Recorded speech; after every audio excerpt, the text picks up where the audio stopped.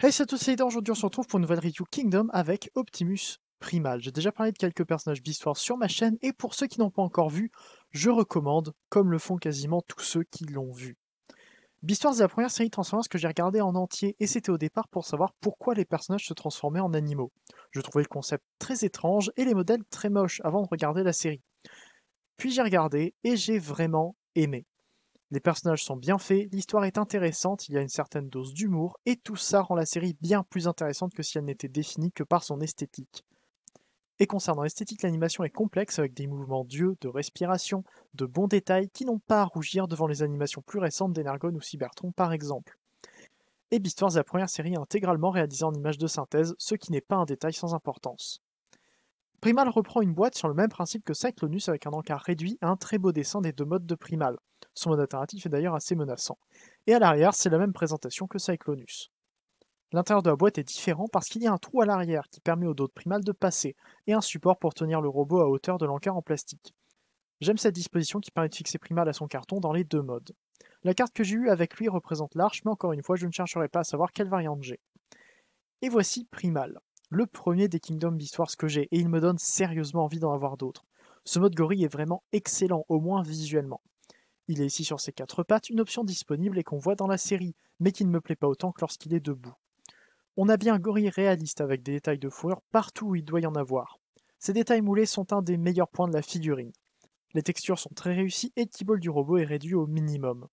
Les cuisses du robot se voient un peu sur le côté et l'arrière, mais le panneau du dos permet de limiter les pièces visibles, et les pieds du robot sont juste à l'arrière des pattes du gorille, mais ça pouvait difficilement être mieux caché que ça.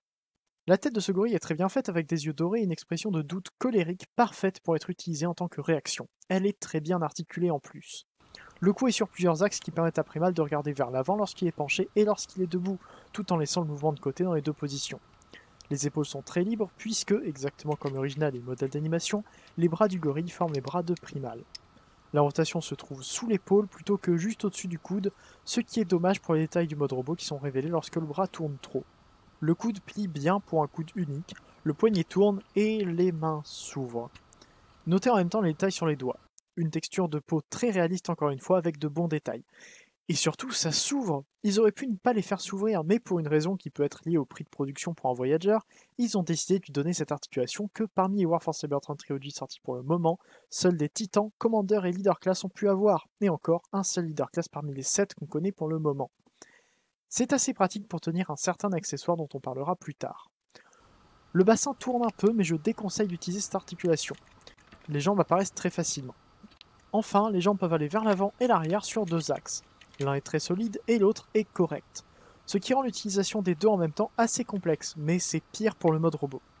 Enfin, on a une rotation légère sous les hanches et pas mal d'articulations aux pieds, avec avant, arrière et les orteils qui s'inclinent vers le bas.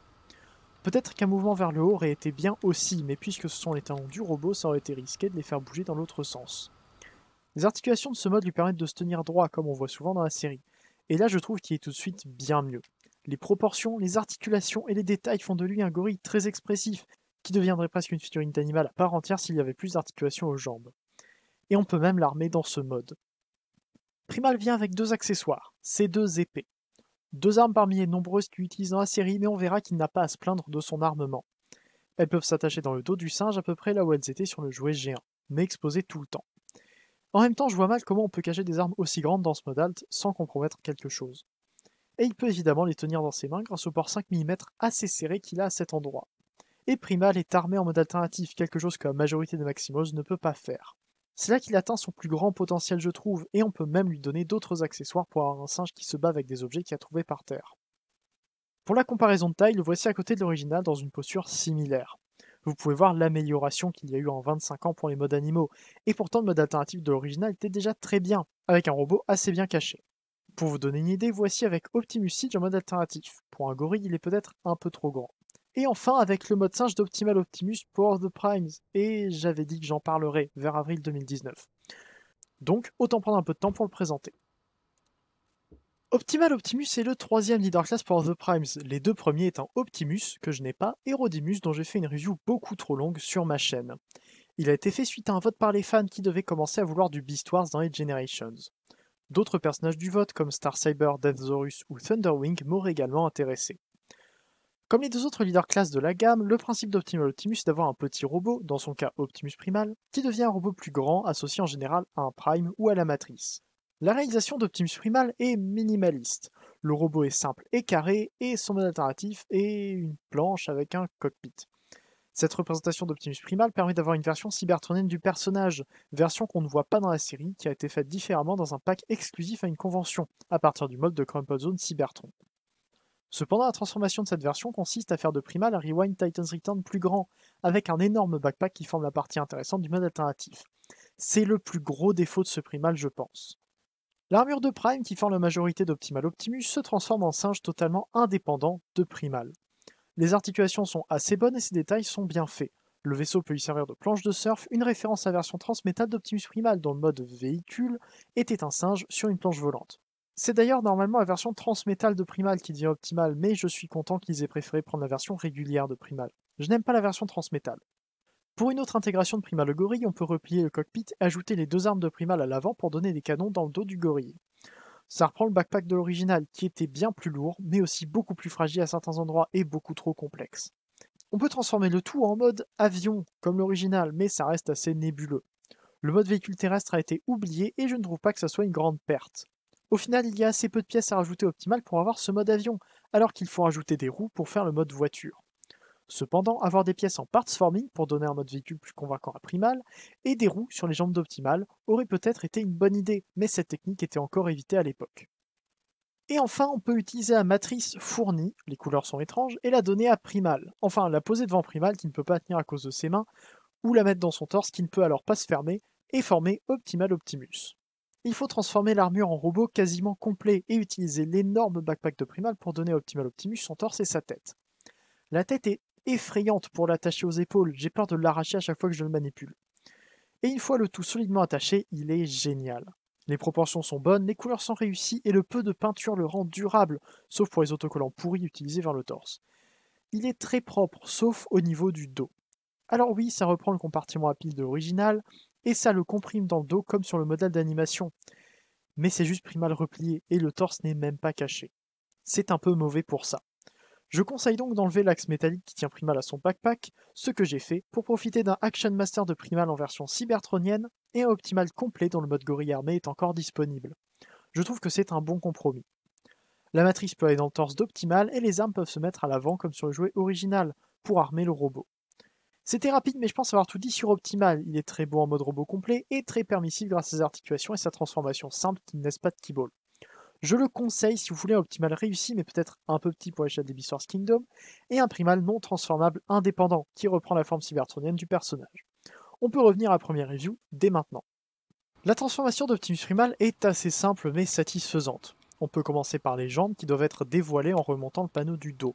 On les déplie ensuite sur leurs deux genoux et normalement un peg vient empêcher d'utiliser le premier genou. On verra qu'il fait très mal son boulot. Les pieds se déplient simplement, il faut les tirer assez vers le bas pour clipser les pistons dont on parlera plus tard. On peut ensuite ouvrir le dos pour échanger les têtes. La transformation de la tête du gorille doit être respectée afin qu'elle loge dans le torse. Le panneau pectoral doit évidemment être retourné avant de fermer le dos, qui tient très solidement en place. Plus qu'à ouvrir les panneaux sur les épaules et détacher ce qui formait la jupette en mode alternatif pour libérer un peu les articulations, et Primal étant robot. Et quel mode robot! Il prend quelques libertés assez minimes sur son mode d'animation Beast Wars, surtout au niveau des couleurs, mais après tout, ce sont des Generations et pas des Masterpieces. Et surtout, il est magnifique. Il reprend très bien l'idée de Primal, avec une silhouette large et massive et de très bons détails. Sa tête est juste parfaite. Les couleurs sont très belles, avec des yeux rouges peints qui ressortent quasiment tout le temps, ce qui donne très bien. Le torse est lui aussi réussi avec ses détails si reconnaissables. Les jambes sont bien faites et j'ai 2 points à aborder dessus. Premièrement, au niveau des cuisses. Elles sont peintes en blanc pour reprendre le modèle d'animation, mais faites attention à la peinture. Elle est particulièrement fragile. Je considère que je fais un peu attention à mes figurines, mais à peine quelques heures après l'avoir ouvert, la peinture interne s'était déjà endommagée. C'est à cause des détails qui viennent frotter contre la ceinture un peu trop facilement. La peinture s'enlève si ça touche, et ça touche souvent, surtout quand on le transforme. C'est vraiment dommage, et ça m'a un peu déçu quand je l'ai remarqué. Mais j'imagine que je ne suis pas le seul à qui ça arrivera. Et l'autre point nécessite que je parle des articulations. La tête est sur un ball joint assez libre et les bras sont quasiment les mêmes qu'en mode alternatif. Les épaules ne gênent pas vraiment les mouvements. Le bassin tourne, les hanches sont libérées des panneaux qui les cachaient en mode gorille. Les genoux plient et on a tendance à utiliser l'axe le moins solide pour les plier, ce qui ne rend pas bien. Il faut utiliser l'axe du dessous, mais il est beaucoup plus solide et le genou ne tient pas du tout la pièce qu'il est censé fixer, ce qui fait qu'il faut forcer pour utiliser le bon genou. Excusez la qualité de l'enregistrement vidéo là-dessus, j'ai eu beaucoup de mal à mettre tout dans le cadre pendant que je montrais les articulations. Et enfin, les pieds. On a donc ce piston qui vient bloquer le A. Il a un piston, qui est un détail plus complexe à ajouter, et qui, malgré les apparences, laisse l'articulation de la cheville utilisable. Et si on déclipse, on peut même utiliser le mouvement de haut en bas des 3 pièces du pied, ce qui le rend tout de suite beaucoup plus intéressant à poser. C'est une merveille d'ingénierie pour un voyageur. Il peut évidemment tenir ses épées dans ses mains ou les laisser dans son dos, mais il y a plus encore. Si on détache son dos, on peut venir sortir des canons qu'il utilise parfois dans la série et qui sont présents sur le jouet original. Et dans une touche qui fait très masterpiece, on peut venir appuyer sur l'intérieur des avant-bras pour sortir de l'autre côté les canons qu'il peut y déployer dans la série également. Ce sont des détails fantastiques qui transforment un simple gorille transformable en une véritable machine de guerre. C'est juste Optimus Primal, mais il a plus de possibilités d'armement qu'un weaponizer, et j'exagère à peine. Et j'aimerais enchaîner sur les comparaisons dès maintenant. Le voici avec l'original qui était lui aussi plein de possibilités niveau canon. Il avait cependant une masse que le Kingdom n'a pas, mais qui forme à présent la tête de Paléotrex. Bonne nouvelle, si vous avez la masse originale, vous pouvez la donner au Kingdom pour compléter son armement si vous ne voulez pas du premier fossiliseur. À côté de Primal pour The Prime, vous pouvez voir qu'ils font quasiment la même taille, ce qui rend Optimal encore plus intéressant, puisque Primal est à l'échelle des Beast Wars Kingdom. C'est une coïncidence qui me fait plaisir. Mais la comparaison la plus intéressante, et vous savez que je vais en parler, c'est avec un autre Voyager.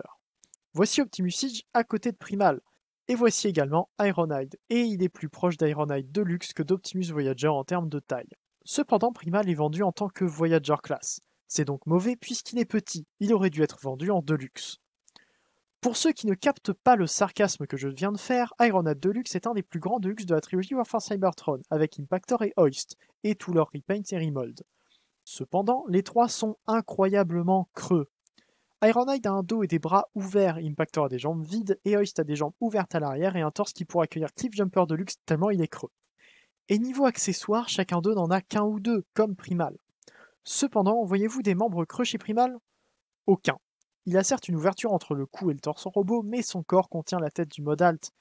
Il a des canons sur les épaules, dans les avant-bras et des pistons dans les chevilles. Il est recouvert d'une texture impressionnante et paraît très très lourd.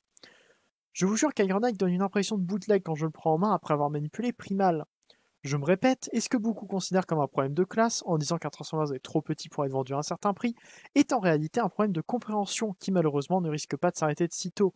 Ce n'est pas avec les quelques vues que je fais sur une seule review que je vais changer cette façon de penser. Une classe n'a jamais représenté une taille de figurine, mais un prix de production similaire pour chaque représentant de la classe, dans une même gamme. Comme Cliffjumper Earthrise, ce Primal est le plus petit représentant de sa classe, mais ce n'est pas pour ça qu'il est moins cher à produire.